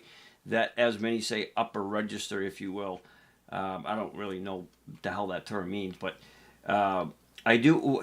What I understood falsetto, this is why I asked, is falsetto. What I understood it for many, many years to be was that you're creating a false note, almost as if you're going above and beyond what the actual note is. Like, in other words, you're not singing in that real note. If that's how I understood it to be for many, many years. Well, it was a very popular singing style in the 15 and 1600s to such a degree, they had a category of singer called the castrati. And the castrati were started as young boys with some singing talent, and they had their nuts removed surgically so that they would not go through puberty, and they would maintain their youthful, high-pitched falsetto boys' voices. Yeah, because it's not, from what I understood, and again, I could be wrong, I'm not a professor like Eric is, but from what I understood, it's a false note. It's not a real note. I can't think of the term. Anyways, I wanted to ask that, came across my head. Speaking of falsetto, another one that sings a lot of falsetto, this original artist, Axl, whatever his name is, Rod, Axl Rod. What's his name? Guns N' Roses. What is his name here? Hold on. I'm looking at... Johnny Argent will tell us. Yeah, Axl Rod, I think it is. But this artist, Yee, is singing Sweet Child of Mine by Axl Rose. Axl Rose. Yes, thank you. So Yee, this Singsnap artist, is doing an old classic, if you want to call it a classic. It can be classified as classic now. Sweet Child of Mine. And this is by Guns N' Roses, Axl Rose. I don't even know his name. And I apologize for that. I just keep wanting to call him Axl Rod. But here he is, ladies and gentlemen. This is Yee Sweet Child of Mine.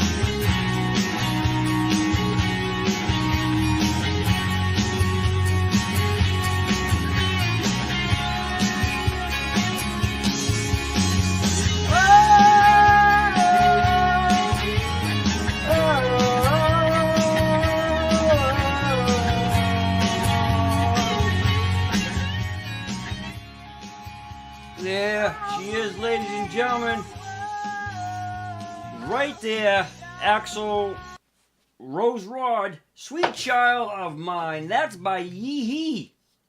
Yee-Hee, I didn't understand what I was looking at. Is that your wall or your ceiling? And I wonder if there's any relation to the song Sweet Child of Mine. Nonetheless, that is not an easy song to sing. Yee-Hee, that's a tough song. That's a very tough song to do. What do you think, Eric?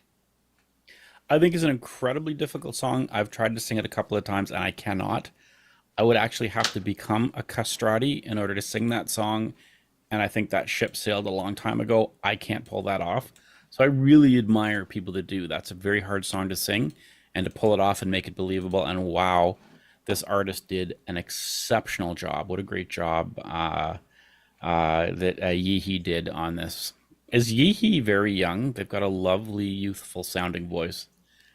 So I'm wondering. I think so. Why would you have to become a custodian to sing this song? Why would you want to become a custodian? You're a professor. Oh dear. Huh? We just won't answer that. We'll just move along since Denny's not answering questions. Okay, so truth be told, right? None of the team, with the exception of John, is from the States. But see, there's my answer. Because what we do is we scroll throughout the entire international list. What that is when you kind of globalize yourself, and you pick people from that aren't in your state, in your region, in your country, right? What that allows you to do is really piss people off. Because, see, they're from another country. Chances of them getting on a plane and coming over here are very slim, right? That's why we do that. It's like, for example, say the professor over here gets mad at me. Well, he's not going to get in his plane and fly over here. However, depending on how close he is to the States, it's about a 4-hour drive from me. 4.5, 5 hours tops, depending on how fast he's going. And, you know, let's be honest, right? International people, they're cheaper. The labor's cheap. So that's why we do it. I mean, I'm still waiting if we for were the to pay checks to somebody arrive, from the United Benny. States, we wouldn't be able to do a show. It'd cost too much. Benny promised me $2,500 a show. I haven't had 1 cent yet. Did he ever pay you, Johnny Argent? No, we do it for love. We don't do it for pay. So this next song, Beverly says, I might come a knocking on your door. Whose door, Beverly? Which foreign country would you travel to meet one of us? This next song is from the very, very popular, probably the most popular boy band NSYNC. I'm not overly familiar with their songs because it's not my style of music, but I did hear their cover of God Must Have Spent a Little More Time on You. It's been out for a while. It's a pretty popular song. Very, very keen to hear what Terry is going to do with this song. I have very high expectations at this point.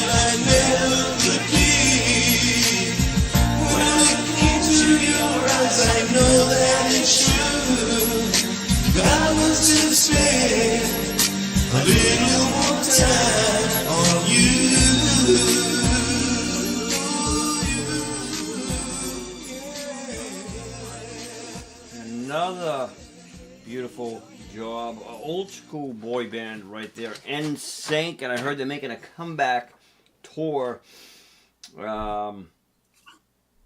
Scotty,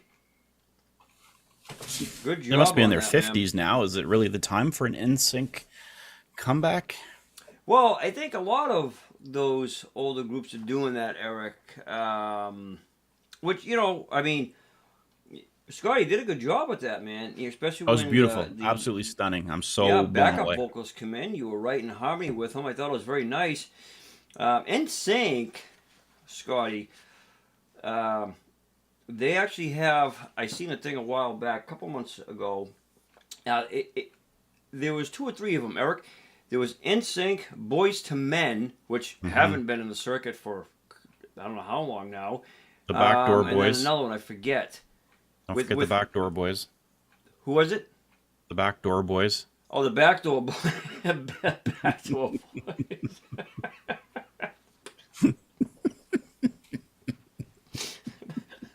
The Bond Boys. The Backdoor Boys. NSYNC's doing some comeback tour. It's not gonna last. I think it's some promotional thing. But Backstreet Boys, that's who it was. Yeah, they doing that was with Mark Martin. No. What's his name? He's a not Mark Martin. Wahlberg. Mark Wahlberg. Yeah, but it wasn't Mark. Marky was in the Funky Bunch. The Funky Bunch.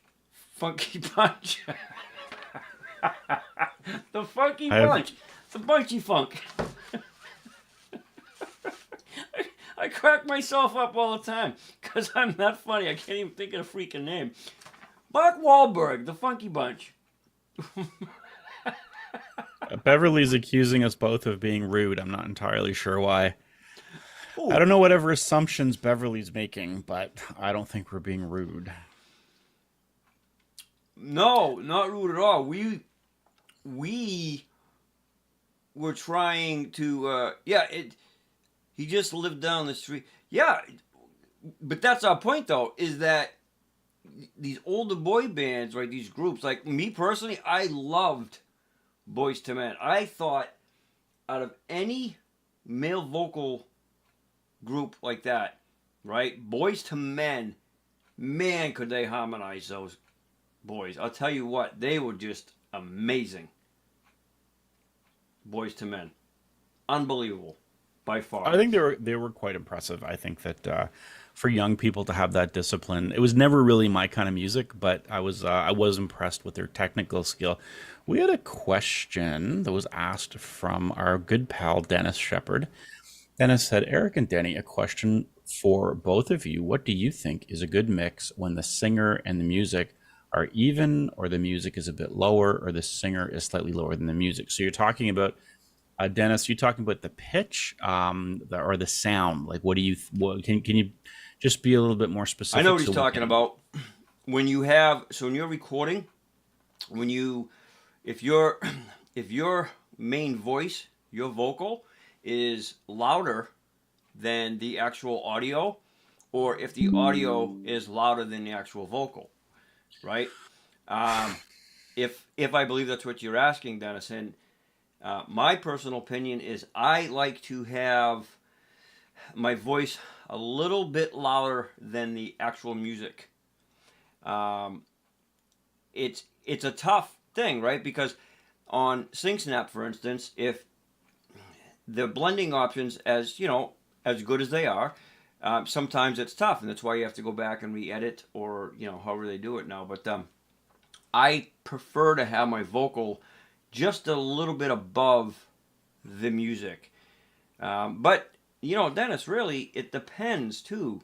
I got to be honest with you on the song you're doing, the style of the song, the power. Is it a power ballad? Is it if it's a soft, mellow song, say something like Love Letters by Elvis Presley, then my voice is way, way high and the music is way, way low. If it's, say, American Trilogy or Hurt, then the music is pumped up, because then my vocal range is more powerful.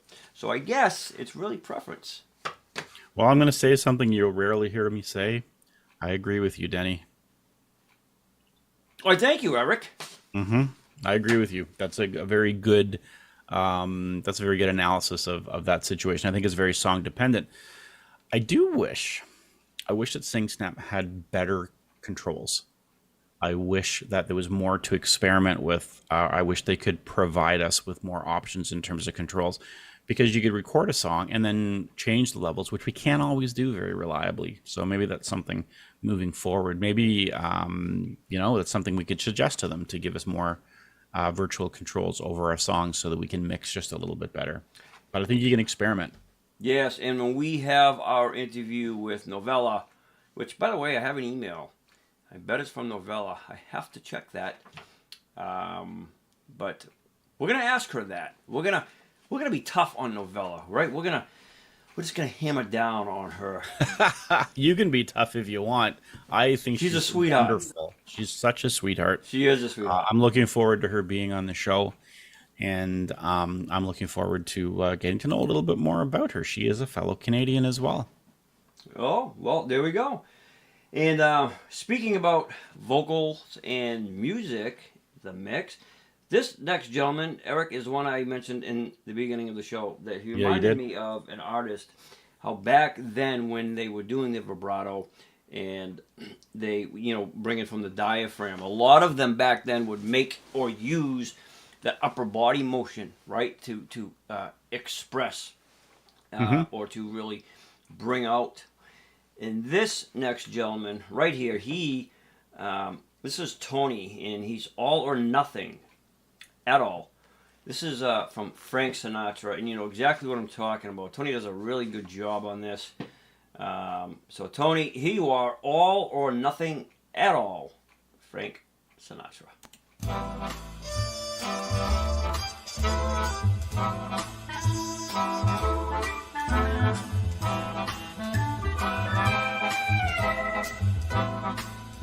All or nothing at all. Half a love I never appealed to me. If your heart, it never could yield to me, then I'd rather have nothing at all. I said, oh, nothing at all. If it's love, there ain't no in between. Why begin, then cry for something that might have been? No, I'd rather have nothing at all. Hey, please don't bring your lips close to my cheek. Don't you smile or I'll be lost beyond recall. The kiss in your eyes, the touch of your hand makes me weak. And my heart, it may grow very dizzy and fall. And if I fell under the spell of your call, I would be caught in the undertow.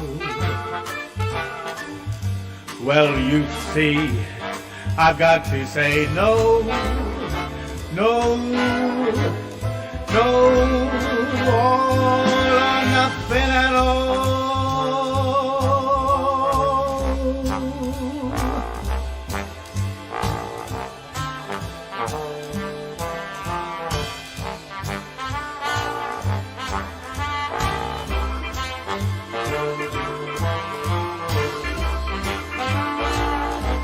Yeah.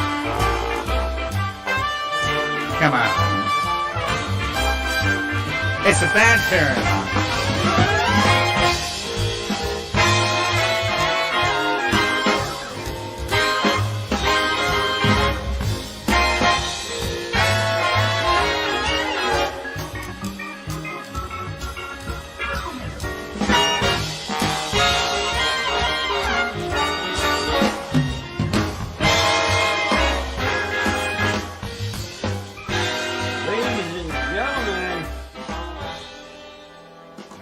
that right there is Tony. Big band boss man right there. Wow, that was so impressive. That was amazing. See? Tony here. Was it? I mean, you know, that is the old school, man. Like, it reminds me of like the Lawrence Welk and stuff when I used to watch it. My Pepe. Yeah, just, you know, his movements, his expressions, and all that stuff. The emotion he has in it. Now, this is the first time I've heard and seen this artist. I don't know much about him, as some of you probably do, but I'm going to take a stab and say that he, at one point in time, was some sort of professional, right? And that he did this quite a bit, perhaps maybe even in a larger setting. I'm just going to take a stab at that, just judging by how he performs. I would agree with you. That was very, very impressive. What an impressive recording. And here we go. To speak to your earlier point, what a fun video to watch. This guy is having a blast, and you cannot stay in a bad mood watching him sing that song. That was just incredible. Wasn't it amazing? It was lovely. It was just lovely. He's in his 80s, they're saying. Yeah, still killing it, Matt. 100%. Oh, so Bev, he was what big band type of?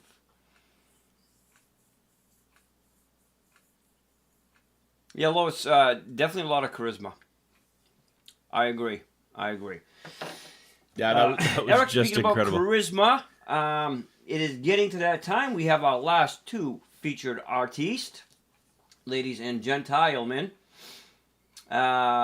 This next artist, Eric. How's that? Well, Joni Mitchell is an incredible icon here in Canada.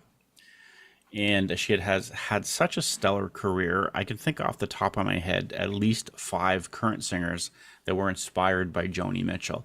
And the thing that impresses me the most is she still smokes one pack of cigarettes a day. So she's in her 80s. She smokes like a chimney. She cusses like a sailor. And she has this ability to tell you a story in a song that leaves such an impression on you. She just has that ability to interject truth and reality into her lyrics. And that's why her songs resonate so well with everybody. She really is a national treasure.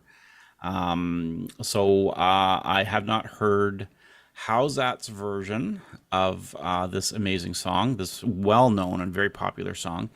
Actually, Joni Mitchell recorded it in 1976, really when her career was just kind of taking off. It's been covered quite a few times since then. But, you know, once Joni puts out a version, it's really, really hard for professional singers to hit that. I think How's That actually has a chance of doing that tonight. Wow. So stay tuned. Little twisted to this one, Eric. Not singing it. Take a look. Oh, I'm excited.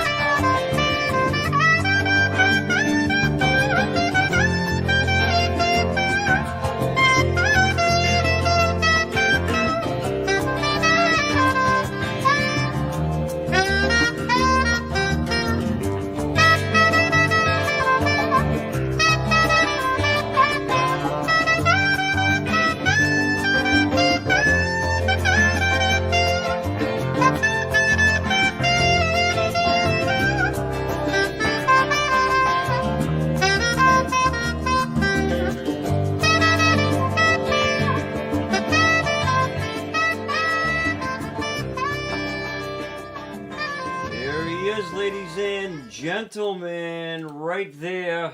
How's that? As in, how's that going? Wow. Right? We need See, told you. more. We need more of this kind of stuff.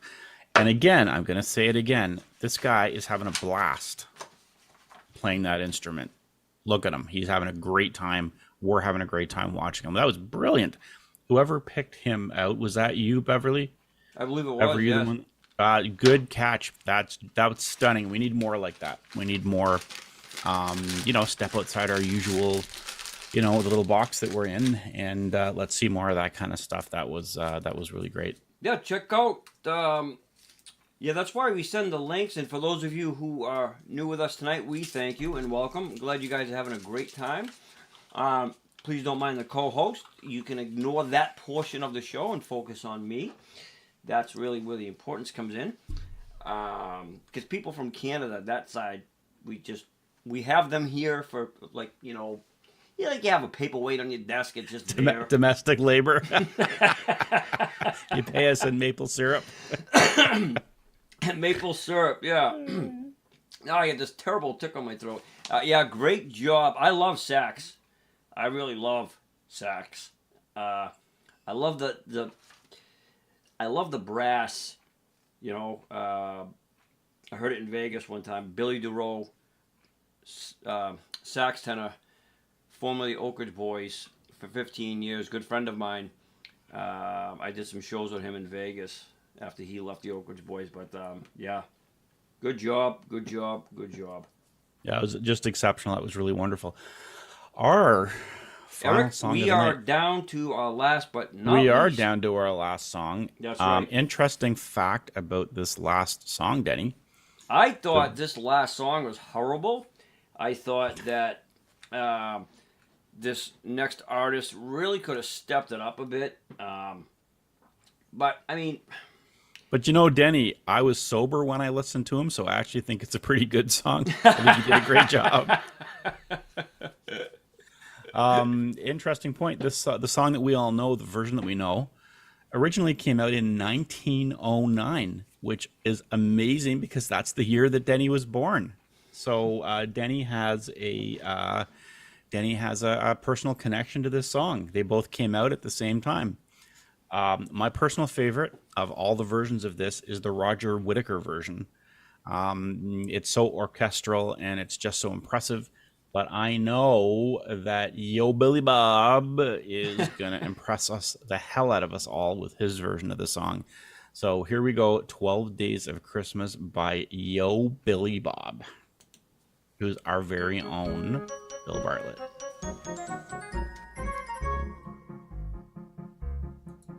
On the first day of Christmas, my true love gave to me a big bowl of Boston baked beans. On the second day of Christmas, my true love gave to me 2 bowls of chili and a big bowl of Boston baked beans. On the third day of Christmas, my true love gave to me 3 jars of salsa, 2 bowls of chili, and a big bowl of Boston baked beans. On the fourth day of Christmas, my true love gave to me 4 kegs of beer, 3 jars of salsa, 2 bowls of chili, and a huge bowl of Boston baked beans. On the fifth day of Christmas, my true love gave to me 5 jars of Tums, 4 kegs of beer, 3 jars of salsa, 2 jelly bowls, and another bowl of Boston baked beans. On the sixth day of Christmas, my true love gave to me 6 cloves of garlic, 5 jars of Tums, 4 kegs of beer, 3 jars of salsa, 2 jelly bowls, and some more of those Boston baked beans. On the seventh day of Christmas, my true love gave to me 7 rolls of Sherman, 6 cloves of garlic, 5 jars of Tums, 4 kegs of beer, 3 jars of salsa, 2 chili bowls, yet another bowl of Boston baked beans. On the 8th day of Christmas, my true love gave to me 8 pomegranates, 7 rolls of Sherman, 6 cloves of garlic, 5 jars of Tums, 4 kegs of beer, 3 jars of salsa, 2 jelly bowls. I don't want no more Boston baked beans. On the 9th day of Christmas, my true love gave to me 9 jars of Maalox, 8 pomegranates, 7 rolls of Sherman, 6 cloves of garlic, 5 jars of tones, 4 kegs of beer, 3 jars of salsa, 2 chili bowls, and yes, more of those Boston baked beans. On the 10th day of Christmas, my true love gave to me 10 fat tortillas, 9 jars of Maalox, 8 pomegranates, 7 rolls of Sherman, 6 cloves of garlic, 5 jars of tones, 4 kegs of beer, 3 jars of salsa, 2 chili bowls. I can't take no more Boston baked beans. On the 11th day of Christmas, my true love gave to me 11 dozen diapers, 10 fat tortillas, 9 jars of Maalox, 8 pomegranates, 7 rolls of Sherman, 6 cloves of garlic, 5 jars of tones, 4 kegs of beer, 3 jars of salsa. And ladies and gentlemen, that is the Bill Bartlett way.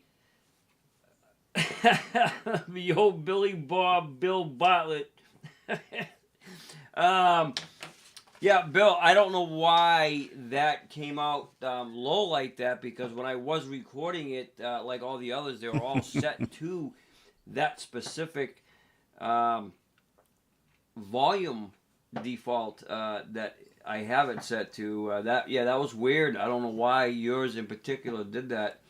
I apologize. I hope everybody could hear it fine. That was funny, Bill. That's why I was mentioning to you in the beginning. I didn't want to give it away. I was picturing you doing a video with that. Right? Could you imagine that? I was picturing, because I was first watching it, I'm waiting for you to come out and start doing something. Very entertaining, man. That was very, very good. When I first started watching that, I was like, okay, where's Bill? He's going to come out and do something. He's going to do a gag or something. That was absolutely great. It's a good thing I did manage to mute my mic, because I was laughing my ass off through the whole thing. As job. always, ladies and gentlemen, all good things. Whoa, like that music. But you know, I think sometimes, Eric, that this stuff happens towards do you ever notice that the later it gets, the little glitches start happening? It's weird. I don't know what it is. I think yes, you know, you're raising a good point. I have noticed that you get a little glitchy towards the end of a show. Towards the end of the show, I just assumed it's all the alcohol you're consuming. Tonight I didn't have any, believe it or not. I would choose not if that was my option. I usually do have a shot of my whiskey.